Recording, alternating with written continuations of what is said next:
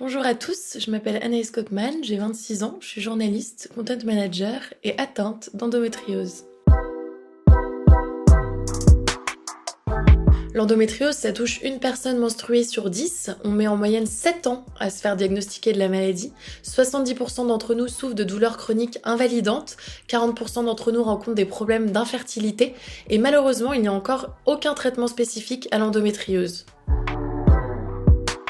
Concernant les symptômes, ça dépend vraiment de chaque personne malade. En tout cas, ce que je peux vous dire, c'est que parmi les symptômes, on compte des règles très douloureuses et des saignements très importants, de l'infertilité, des troubles digestifs, des troubles urinaires, une fatigue chronique, des douleurs pelviennes et lombaires hors dehors des règles et même parfois des douleurs pendant les rapports sexuels. Concernant les traitements possibles de l'endométriose, c'est encore une fois très propre à chaque malade. On peut avoir recours à une opération, on peut avoir recours également à des traitements hormonaux, des pilules, des stérilets hormonaux. On peut avoir recours à des traitements, on va dire,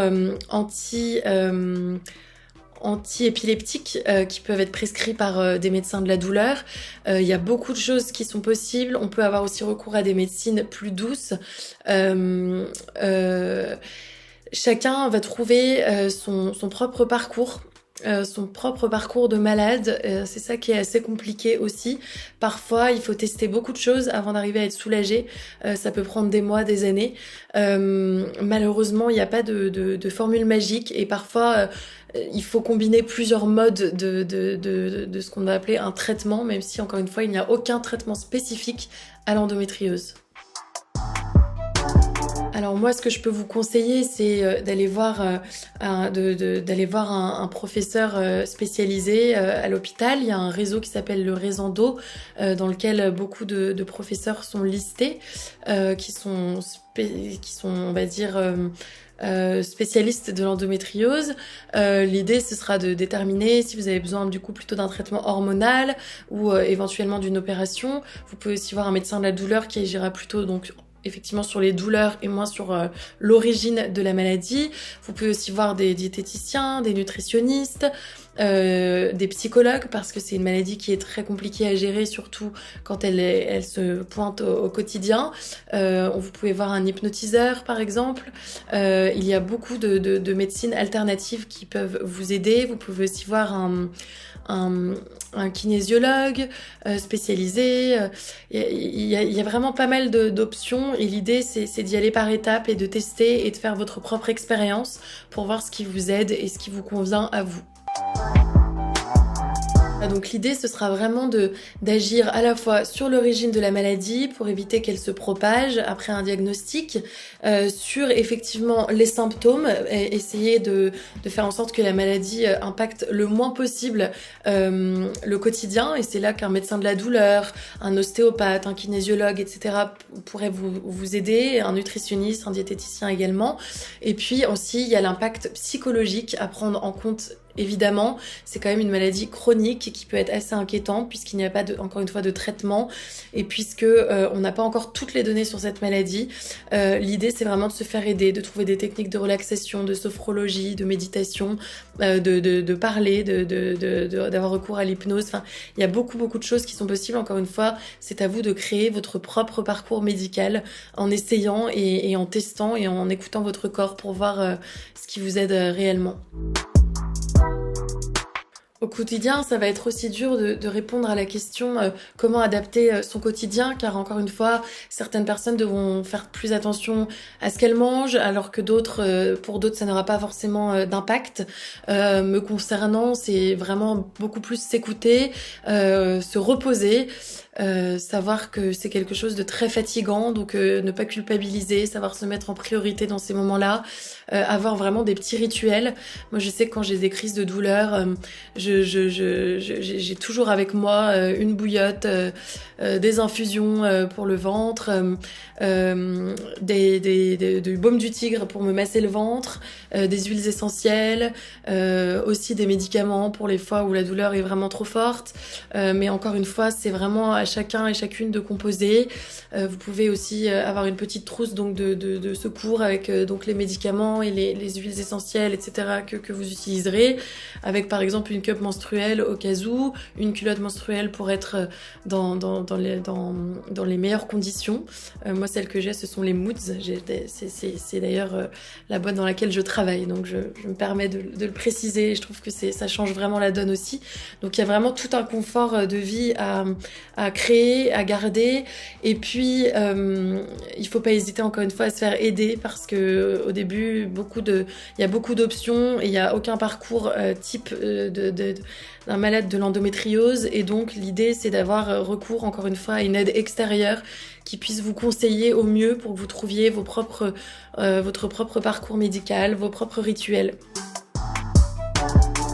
Au niveau du travail, c'est aussi très personnel, encore une fois. Tout dépendra de l'activité que vous faites. De mon côté, je peux écrire aussi bien dans mon lit quand ça ne va pas qu'au bureau quand ça va. Je sais juste que personnellement, j'ai essayé de réduire mon rythme, de pas forcément moins travailler, mais mieux pour moi, c'est-à-dire plus de chez moi. Savoir que si j'ai une crise, je peux être tranquille chez moi et avoir aucune inquiétude professionnelle.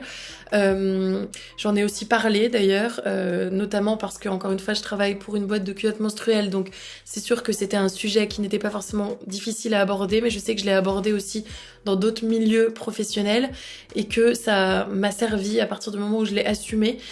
Pour moi, c'est absolument pas une faiblesse, c'est vraiment une force, parce que du coup on est beaucoup plus sûr de soi, on se connaît mieux, on sait ce qu'on veut, ce qu'on veut pas, et puis surtout on est fort de vivre ça.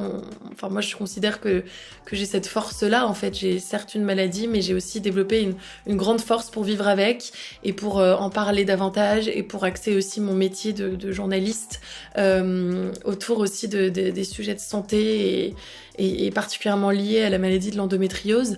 Donc en parler ou non aux entretiens, c'est une très bonne question qui encore une fois s'appliquera à chaque malade. Ce qui compte vraiment, c'est de le faire quand on le ressent, et si on n'en a pas forcément besoin ou envie, on n'est pas non plus obligé de le faire. Simplement, il ne faut pas que le fait de le cacher vous empêche de choisir votre mode de vie pour être mieux au quotidien. Quand je parle de malades, ce que j'aimerais préciser, c'est que ça ne concerne pas uniquement les femmes à proprement parler, et pourtant c'est encore comme ça qu'on communique sur l'endométriose. En fait, l'endométriose concerne toute personne, peut concerner en tout cas toute personne ayant un utérus. Donc un homme trans, donc c'est-à-dire une personne dont l'identité est masculine alors que la personne est née avec un sexe féminin, peut aussi être concernée par l'endométriose. Et je trouve que c'est très important de le préciser. Moi, j'ai été diagnostiquée en 2018, il me semble, il y a 3 ans. Et j'ai commencé à faire des échographies parce que j'avais des fortes douleurs à partir de 2013, donc j'ai mis quand même effectivement un long moment, au moins 5 ans à me faire diagnostiquer. Après mon diagnostic, j'ai testé énormément de pilules, aucune me soulageait, j'avais souvent des règles qui duraient beaucoup plus longtemps qu'une semaine, parfois j'en avais tous les jours pendant des mois. Ensuite j'ai été opérée en juillet 2019. Ça n'a pas changé grand chose dans mon mode de vie juste après l'opération, c'est-à-dire que j'avais encore des douleurs et des crises de douleurs. J'ai donc essayé de prendre un stérilet hormonal que j'ai arrêté en juin 2020, et depuis juin 2020 je ne prends plus aucun hormone. Pendant que j'avais posé ce stérilet hormonal, donc entre novembre 2019 et juin 2020, j'avais aussi un traitement antiépileptique qui, je pense, m'a aidé à soulager mes nerfs qui étaient touchés par la maladie et par les douleurs. Là, je ne prends donc plus rien. et je m'en sors bien, donc c'est super, notamment parce que je fais un travail aussi avec un hypnotiseur, un travail aussi avec un psychologue, c'est d'ailleurs la même personne, mais il y a beaucoup d'importance à la parole, d'importance à l'acceptation de la maladie, à la relaxation encore une fois, et j'essaye encore une fois d'adapter mon mode de vie à cette maladie. Voilà.